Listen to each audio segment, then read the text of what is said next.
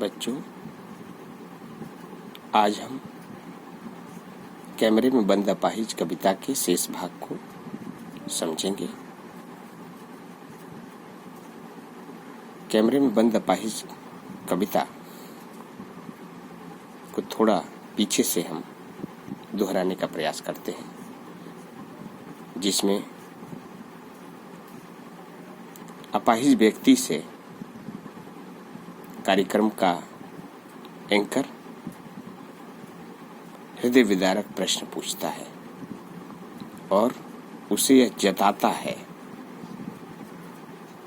कि वह कितना समर्थ शक्तिवान है और जैसे चाहेगा वैसे कार्यक्रम को वह बना लेगा। इसीलिए वह पूछता है, सोचिए, बताइए आपको अपाहिज होकर कैसा लगता है। कैसा यानी कैसा लगता है, वह स्वयं जो है इस बात को इशारे से समझाने का, बताने का, उससे पूछने का प्रयास करता है। थोड़ी कोशिश करिए, यह अवसर खो देंगे। इसके पीछे, कहने के पीछे यह रहस्य छिपा है कि टेलीविजन पर आने का समय बार बार नहीं मिलेगा। यह उसके लिए सुनहरा अवसर है कि वह अपने जीवन के दुख दर्द को टेलीविजन चैनल पर बयां कर दे, जिससे टेलीविजन एंकर द्वारा पूछी गई बातों से उसके कार्यक्रम की टीआरपी बढ़ जाए। यह अवसर खो देंगे। आप जानते हैं कि कार्यक्रम रोचक बनाने के वास्ते, यानी कार्यक्रम को रोचक बनाने के लिए विभिन्न प्रकार के हथकंडों का प्रयोग किया जाता है। हम पूछ कर उसको रुला देंगे। इंतजार करते हैं आप भी उसके रो पड़ने का।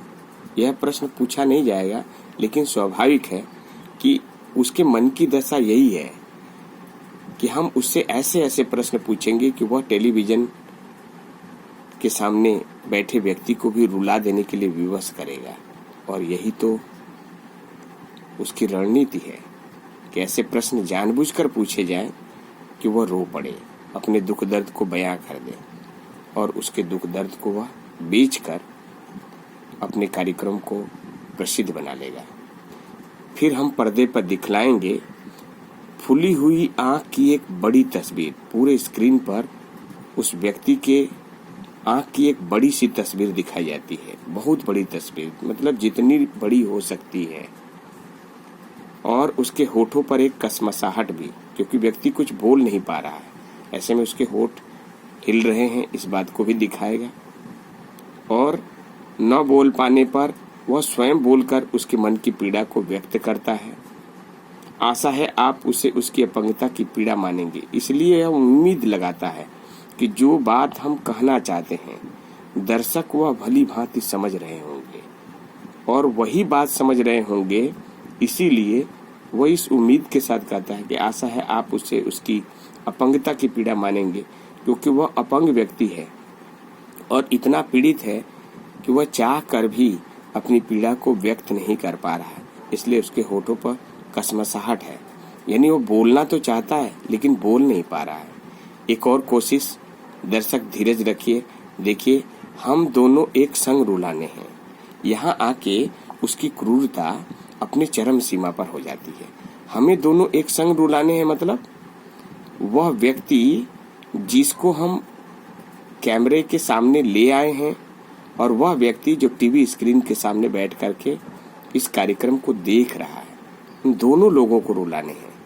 यानी यहाँ यह व्यक्ति स्टूडियो में बैठ करके रोएगा और स्क्रीन के सामने बैठा व्यक्ति भी भावुक होगा, उसके दुख दर्द को समझेगा। तो दोनों एक संग रुलाने हैं। यहाँ ये गूढ़ रहस्य छुपा हुआ है। आगे कहते हैं, देखिए, आप और वह दोनों। आप मतलब साफ कर दिए, आप मतलब आप दर्शक, और वह यानी वह व्यक्ति, दोनों। कैमरा बस करो, नहीं हुआ रहने दो, पर्दे पर वक्त की कीमत है। देखिए यहाँ आके फिर साफ कर दे रहा है। यानी जो भी कार्यक्रम टेलीविजन पर प्रसारित होते हैं वह प्रायोजित होते हैं। उसके हर एपिसोड के लिए, उसकी हर समय के लिए समय के एक एक क्षण के लिए कीमत चुकानी होती है। इसीलिए वह कहते हैं कि पर्दे पर वक्त की कीमत है, अब मुस्कुराएंगे हम। देखिए अपने क्रूर रूप में वह आ रहा है। मुस्कुराएंगे हम मतलब उसके दुख दर्द तकलीफ पीड़ा से उसे कोई लेना देना नहीं है, बल्कि उसके दुख दर्द को बेच करके अपनी झोली भरनी है। तो इसी बात को वह स्पष्ट कर रहा है।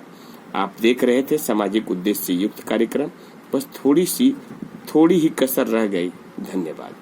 थोड़ी ही कसर रह गई, यानी यदि वह उस व्यक्ति को रुलाने में सफल होता तो उसकी वह कसर पूरी हो जाती, लेकिन वह रुला पाने में सफल नहीं हो पाया, इसलिए इसे वह अपनी कमी या कमजोरी मानता है।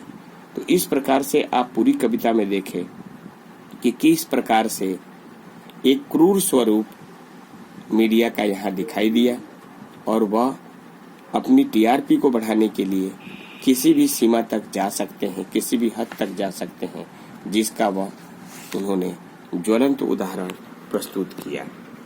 इस प्रकार से कहा जा सकता है कि यह कविता मानवीय करुणा को तो प्रस्तुत करती ही है, साथ ही इस कविता में ऐसे लोगों की बनावटी करुणा का वर्णन भी मिलता है जो दुख दर्द बेचकर प्रसिद्धि एवं आर्थिक लाभ प्राप्त करना चाहते हैं। एक अपाहिज व्यक्ति के साथ झूठी सहानुभूति जताकर उसकी करुणा का व्यवसायीकरण करना चाहते हैं। एक अपाहिज की करुणा को पैसे एवं प्रसिद्धि के लिए टेलीविजन पर कुरेदना वास्तव में क्रूरता की चरम सीमा है। उम्मीद है आप यह कविता भली भांति समझ गए होंगे। अगली कविता के साथ हम अगले वीडियो में मिलते हैं। तब तक के लिए धन्यवाद।